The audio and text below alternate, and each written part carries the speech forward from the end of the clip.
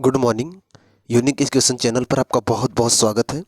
Reasoning का एक बहुत महत्वपूर्ण टॉपिक है पूर्व धारणा, कथन निष्कर्ष, कथन तर्क। दरअसल UPSI, UPP, railway group D और एसएससी जीडी कि यह फेवरेट टॉपिक है। मतलब यहाँ से क्वेश्चन आते हैं और यहाँ पर बच्चे कभी क्लियर नहीं हो पाते कि उनका आंसर सही है कि गलत है। मतलब कि थोड़ा ऐसा ये क्वेश्चन बनाता है कि समझ में नहीं आता है कि क्या आंसर हो सकता है। तो आज हम समझने की कोशिश करेंगे कि पूर्व धारणा कैसे हल करेंगे। पहले ध्यान समझिएगा, सिंपल सा एक होता है कथन। अब कथन से जो क्वेश्चन बनते हैं उसके बारे में बात करते हैं। कथन से एक क्वेश्चन अवधारणा का बनता है, जो कि जिस पे आज हम चर्चा करेंगे, ये वाला जो दिया गया है। कथन से ही एक क्वेश्चन निष्कर्ष का बनता है, कथन निष्कर्ष। और कथन से ही एक क्वेश्चन बनता है तर्क। कथन पे तर्क लगाया जाता है तो तर्क में कथन तर्क। अब यहाँ समझिएगा हमें हल क्या करना होता है। हमें हल ये करना होता है कि जब कथन और अवधारणा का क्वेश्चन हो तो अवधारणाएं जो होती हैं वो कथन में समाहित होती हैं। जो कथन मतलब जो बात कही जाती है, अवधारणाएं उसके अंदर समाहित होती हैं और उस कथन के आधार पर ही हमें अवधारणा को ज्ञात करना होता है। लेकिन जो कथन निष्कर्ष वाला क्वेश्चन बनता है वो कैसे बनता है? कथन के बाद निष्कर्ष आता है। कथन आप सुनेंगे, उसके बाद आप निष्कर्ष निकालेंगे। अवधारणा में क्या होता है कि कथन के अंदर ही वो अवधारणा समाहित होती है और उसके आधार पे आपको सोचना होता है। अभी हम इस पे क्वेश्चन हल करेंगे तब क्लियर समझ में आएगा। और कथन तर्क में क्या होता है? तर्क या तो कमज़ोर होते हैं, तर्क या तो मजबूत होते हैं। तो आपको क्लियर हो गया होगा कथन के हिसाब से कैसे क्वेश्चन बनते हैं। कथन एक होता है, कथन पे एक अवधारणा का क्वेश्चन बनता है, कथन पे एक निष्कर्ष का क्वेश्चन बनता है और कथन पे एक तर्क या कमज़ोर होता है। अब ध्यान सुनिएगा, अवधारणाएं कथन में समाहित होती हैं, कथन के अंदर होती हैं। निष्कर्ष, कथन सुनने के बाद आदमी निष्कर्ष या व्यक्ति निष्कर्ष निकालता है कि इस कथन का क्या निष्कर्ष है। और एक और बनता है कथन तर्क का। तो कथन के हिसाब से तर्क लगाया जाता है कि ये तर्क कमज़ोर है कि तर्क मजबूत है। तो ये तीन टॉपिक से क्वेश्चन बनते हैं। तो आज हम जिस पे डिस्कस करेंगे वो है अवधारणा, कि किसी कथन से हम क्या पूर्व अवधारणा लगा सकते हैं, उस कथन में क्या पूर्व अवधारणा समाहित है। जैसे मतलब आप क्या सोच सकते हो, मतलब वो चीज़ें बोली नहीं जाती। जैसे कोई स्टेटमेंट बोला जाता है, जैसे मैं कोई वाक्य बोलूं आपके लिए और थोड़ा सा बोल के छोड़ दूं और मैं सोचूं कि ये आप समझ जाओगे, तो इसका मतलब क्या है कि मैंने इतनी बात कही, बाकी जो बातें नहीं की और उसे आपने ऐसे ही समझ लिया। तो वो क्या थी? उस बात में छुपी अवधारणा थी। जैसे मैं बताता हूँ, ध्यान सुनिएगा। जैसे मैं कहूँ कि जैसे इसमें बारिश हो रही है, अब मैं कहूँ कि आज बारिश बहुत हुई है इसलिए ज़मीन पर फिसलन है। बारिश बहुत हुई है या फिर बारिश होने से ज़मीन में फिसलन है। तो इसके पीछे अवधारणा इसमें क्या समाहित है? आप इसके पीछे क्या समझोगे? आप इसके पीछे ये समझोगे कि बारिश होने से फिसलन होती है। मैंने कहा कि बारिश है इसलिए वजह से फिसलन है ज़मीन पर। तो आप इसके पीछे का अवधारणा आपके दिमाग में क्या आएगी कि आप इसमें इस वाक्य में क्या अवधारणा सोच सकते हो? तो आप ये सोच सकते हो कि बारिश होने से फिसलन होती है। अब सोचिए, अवधारणाएं जो होती हैं वास्तविकता में वो सत्य होती हैं। मतलब अवधारणा कभी भी आप पढ़ोगे तो आपके अंदर से आवाज़ आएगी, हाँ ऐसा तो होता है। अगर कभी भी ये आवाज़ आए कि नहीं ऐसा नहीं होता, तो वो अवधारणा हमेशा गलत होती है। जैसे मैं कहूँ, इसी क्वेश्चन को मैं ऐसे बना देता कि बारिश नहीं हुई फिर भी ज़मीन पे फिसलन है। बारिश की एक बूंद भी नहीं गिरी और ज़मीन पे फिसलन है। तो इससे क्या अवधारणा आपके दिमाग में आता? आप अब क्या ये अवधारणा आएगी कि बारिश ना होने से ज़मीन पे फिसलन होगी? वास्तविकता में अवधारणा ये है, समाज में मान्यता ये है, आप हमेशा से ये मानते आए हो और आपको हमेशा ये बताया गया है और आप देखते आए हो कि बारिश के होने की वजह से ही ज़मीन पे फिसलन है। अब कोई बोले कि बारिश नहीं हुई फिर भी ज़मीन पे फिसलन है, इसका मतलब ये अवधारणा गलत है। मतलब जो आप एज्यूम कर लो उसके आधार पर। जैसे मैं क्वेश्चन और बताता हूँ, अभी तो क्वेश्चन भी हल करेंगे, अभी तो मैं आपको समझा रहा हूँ। क्वेश्चन जैसे मैं बोलूँ कि मैं लिख दूँ करनी में 144 और बराबर 12। अब ये 144 बराबर 12, 144 का वर्गमूल 12 है। इसके पीछे की प्रायिकता क्या है? मतलब इसके पीछे का जो चीज़ आप अपने से समझ लिए हो। 144 बराबर 12, करनी में 144 बराबर 12 मैंने लिखा है, लेकिन वास्तविकता क्या है, जो आप अपने से एज्यूम कर लिए हो, जो इसके पीछे की अवधारणा आप अपने आप से मान लिए हो, वो ये है कि करड़ी में 44 को हम लिख सकते हैं 12 × 12 और बराबर लिख सकते हैं इसका वर्गमूल 12। मतलब कि 144 करड़ी में 144 बराबर 12 को हम ऐसे भी लिख सकते हैं करड़ी में 144 बराबर करड़ी में 12 × 12 बराबर 12। तो ये चीज़ जो मैंने नहीं कहा, ये वाली चीज़ जो मैंने नहीं लिखा करड़ी में 12 × 12, यही है अवधारणा जो उस कथन में, इस करड़ी 144 वाले कथन में ये समाहित था। और इसको मैंने नहीं कहा, ये आपने एज्यूम कर लिया, जो आपने सोच लिया। ये कि यूनिवर्सल ट्रूथ है, मतलब ये सत्य है कि करड़ी 144 को हम करड़ी में 12 × 12 लिख सकते हैं। ये इसके पीछे की अवधारणा है, ये इसी में समाहित है। अभी कुछ क्लियर हो रहा होगा कि वो जो अवधारणाएं होती हैं वो कथन में ही समाहित होती हैं और वो सत्य होती हैं। अगर कभी भी अगर मैं इसको ऐसे लिखता, ध्यान सुनिए, अगर मैं लिखता कि कड़ी में 144 बराबर 12, इसका मतलब क्या है कि कड़ी में 144 का जो निष्कर्ष आएगा वो 12 आएगा। लेकिन इसके पीछे की अवधारणा क्या है? इसके पीछे की अवधारणा है करड़ी में 12 × 12। लेकिन अगर इसके पीछे की अवधारणा में मैं लिख दूं कि करड़ी में 13 × 13, तो क्या ये अवधारणा सही है? आपका पढ़ा हुआ मैथ वाला दिमाग हमेशा इसको गलत बोलेगा। अवधारणाएं वास्तव में वो होती हैं जिसको हमारा दिमाग कहता है नहीं ये सही है, इसको तो मैं पढ़ते आया हूँ, ये सही है। तो अवधारणाएं हमेशा वही होती हैं जो सत्य होती हैं। तो ये गलत अवधारणा है। इसके पीछे का अवधारणा क्या होगा? कड़ी में 12 × 12। मतलब अवधारणाएं वो होती हैं जो निष्कर्ष और कथन के बीच में समाहित होती हैं। मतलब ये कथन था कड़ी में 144 और इसका निष्कर्ष निकला 12। इनके बीच में समाहित क्या है कि करड़ी में 12 × 12। मतलब अवधारणाएं कथन में समाहित होती हैं, उसे खुल के बोला नहीं जाता। उस कथन के हिसाब से हम अवधारणाओं को सोचते हैं, उसके हिसाब से आंसर करते हैं। जैसे मैंने बारिश वाला बताया, ऐसे बहुत सारी अवधारणाएं हैं। अब इसी आधार पे हम कुछ क्वेश्चन देखेंगे और ध्यान से समझिएगा। एक बार ये चीज़ें अगर दिमाग में बैठ गई तो इनसे 2 से 3 क्वेश्चन पेपर में बराबर आते हैं, कभी गलत नहीं होगा। बस इसको ध्यान से समझना है। वीडियो 2-3 बार पीछे करके इसको समझ लीजिएगा, तब जाके आप कथन को अच्छे से हल कर पाएंगे। चलिए फिर अवधारणा का 1-2 क्वेश्चन देख लेते हैं। जब आपसे कथन अवधारणा के क्वेश्चन पूछे जाएंगे तो ऐसे ऑप्शन दिया जाएगा। मतलब कि जो अवधारणाएं दिया रहेगा, पूछेगा कि बताइए कौन सा सही है। यदि ऑप्शन ए तब सही होगा जब अवधारणा एक सही हो, अंतर्निहित हो, मतलब उस कथन में निहित हो। दूसरा ऑप्शन बी तब सही होगा जब अवधारणा 2 निहित हो उसमें। ऑप्शन सी तब सही होगा जब या तो 1 निहित हो या तो 2 निहित हो। ऑप्शन डी तब सही होगा जब ना तो 1 ना तो 2 कोई भी निहित ना हो। और ऑप्शन ई तब सही होगा जब 1 और 2 दोनों सही हो। तो ये वाला ऑप्शन तो अक्सर पेपर में नहीं रहता है। एसएससी, जीडी और यूपीएसआई, ग्रुप डी, इन लेवलों पर ये वाला ऑप्शन सी में नहीं रहता। तो A B C D 4 option ही रहता है कि ऑप्शन 1 मतलब कथन पूर्व अवधारणा 1 सही है, अवधारणा 2 सही है, अवधारणा दोनों सही है, अवधारणा दोनों गलत है। इस आधार पे रहता है।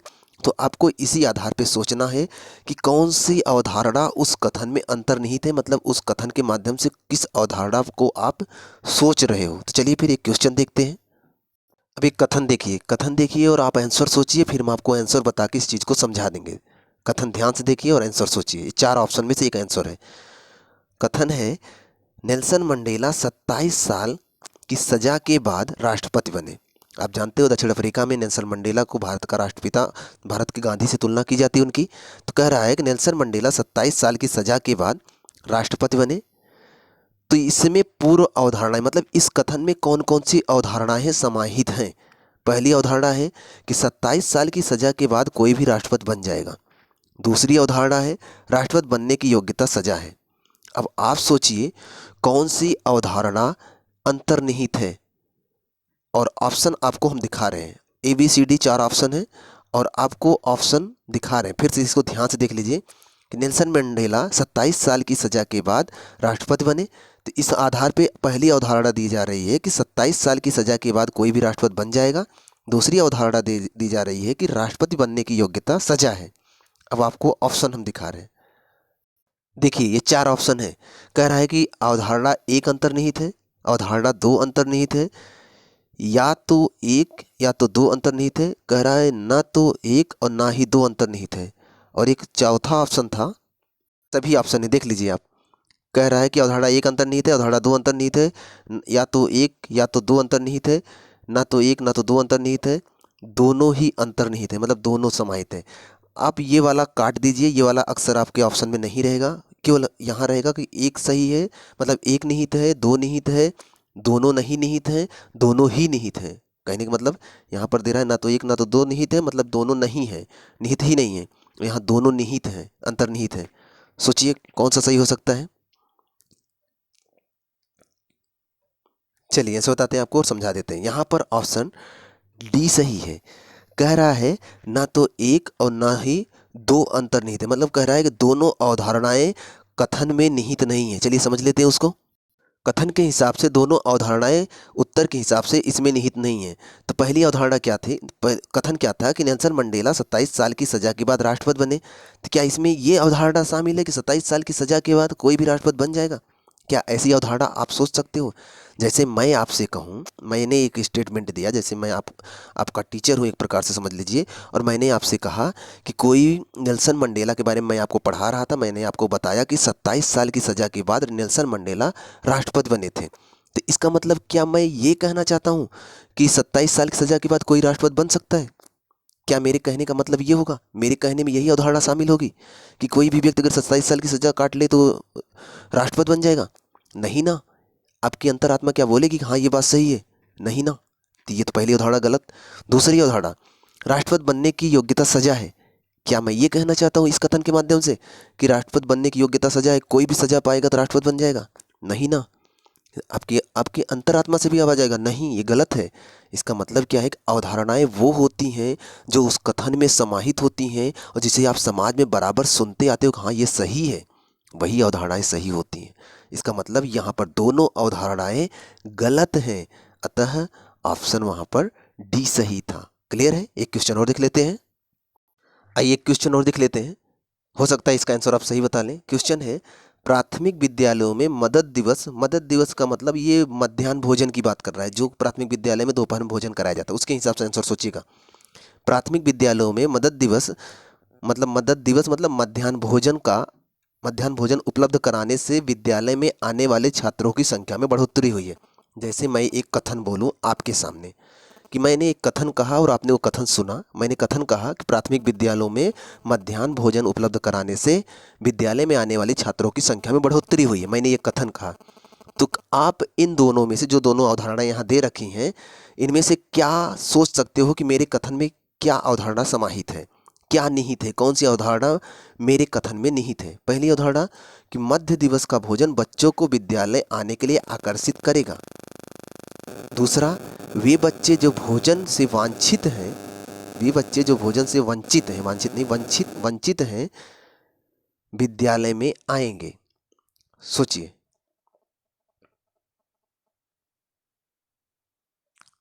आपको हम ऑप्शन नहीं दिखाएंगे, बस आपको ये बताना है कि पहला सही, दो पहला निहित है कि दूसरा निहित है कि दोनों निहित है कि दोनों ही निहित नहीं है। चलिए हम आपको आंसर बताते हैं, ध्यान से समझिएगा। यहाँ पर पूर्व अवधारणा एक निहित है लेकिन दूसरा निहित नहीं है। मैं समझाता हूँ आपको, ध्यान समझिएगा। क्वेश्चन में बोला गया कि प्राथमिक विद्यालयों में मध्य में अगर मध्याह्न दोपहर में भोजन कराया जाए, कराने से विद्यालय में आने वाले छात्रों की संख्या में बढ़ोतरी होगी। मध्याह्न भोजन की व्यवस्था क्यों की गई? ताकि तमाम उन बच्चों का पेट भरा जा सके जो जिनके घर पे भोजन की व्यवस्था नहीं हो पाती।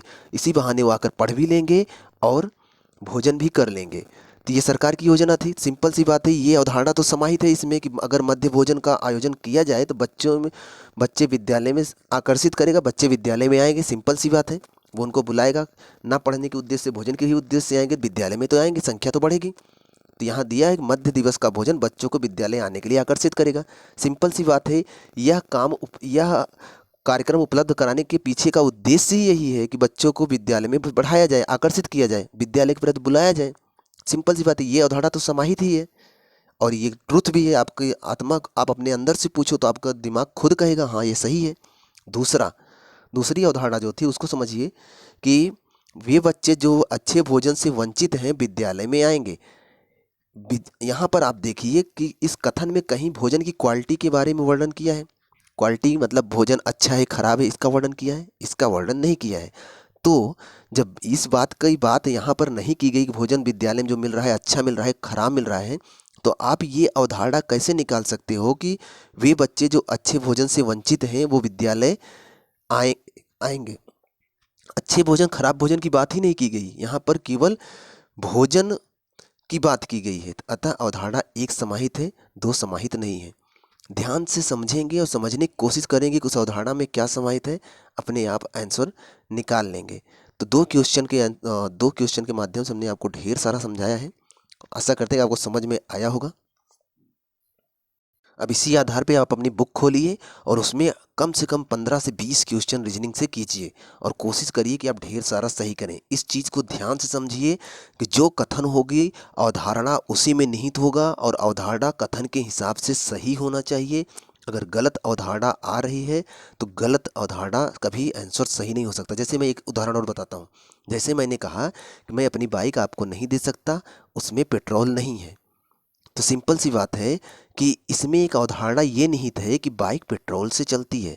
ये अवधारणा उसमें अंतर्निहित है, आप सोच लिए हो। मैं आपको ये नहीं बता रहा हूँ कि हमारी बाइक पेट्रोल से चलती है इसलिए और उसमें पेट्रोल नहीं है इसलिए मैं बाइक नहीं दे रहा हूँ। मैंने ये नहीं कहा। मैंने कहा मैं बाइक नहीं दूंगा क्योंकि उसमें पेट्रोल नहीं है। तो इस कथन में अवधारणा ये समाहित है कि बाइक पेट्रोल से चलती है। मतलब कि कथन के हिसाब से जो अवधारणा उसमें अंतर्निहित है उसे आपको खोज के निकालना है। इसी माध्यम से हमने ये 2 क्वेश्चन भी करवाया है। आशा करते हैं कि आपको समझ में आया होगा और ध्यान से समझेंगे तो बहुत सारे क्वेश्चन यहाँ से सही कर जाएंगे। और ये एसएससी जीडी, यूपीपी, यूपीएसआई और ग्रुप डी में यहाँ से क्वेश्चन आते हैं, इसलिए इस टॉपिक को आप ज़रूर तैयार करिएगा। कथन निष्कर्ष का भी तैयार करिएगा, कथन तर्क का भी तैयार करिएगा। ना समझ में आएगा तो बताइएगा, उसको भी एक दो क्वेश्चन करके बता दिया जाएगा। और अगर आप चैनल पे नए हैं, चैनल को सब्सक्राइब कर लीजिए और अपने उन दोस्तों के पास भी ज़रूर शेयर कीजिए जो कि इन सब चीज़ों की तैयारी कर रहे हैं। मिलते हैं आपसे नेक्स्ट वीडियो में, तब तक आप पढ़ते रहें।